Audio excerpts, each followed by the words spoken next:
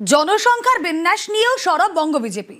সীমান্তবর্তী জেলার জনবিন্যাস পাল্টে যাওয়ার অভিযোগ ফের সরব বিজেপি রাজ্য সভাপতি শ্রমিক ভট্টাচার্য।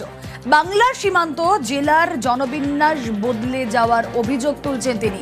সর্দার বল্লভভাই প্যাটেলের জন্মজয়ন্তী পালন, জন্মজয়ন্তীর অনুষ্ঠানে জনবিন্যাস নিয়ে সরব বিজেপি।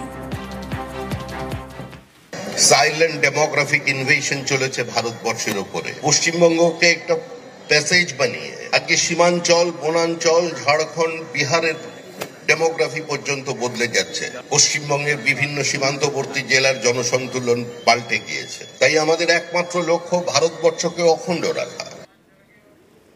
সীমান্তের জেলায় জনবিন্যাস নিয়ে বিজেপির অভিযোগে পাল্টা তোপ তৃণমূলের।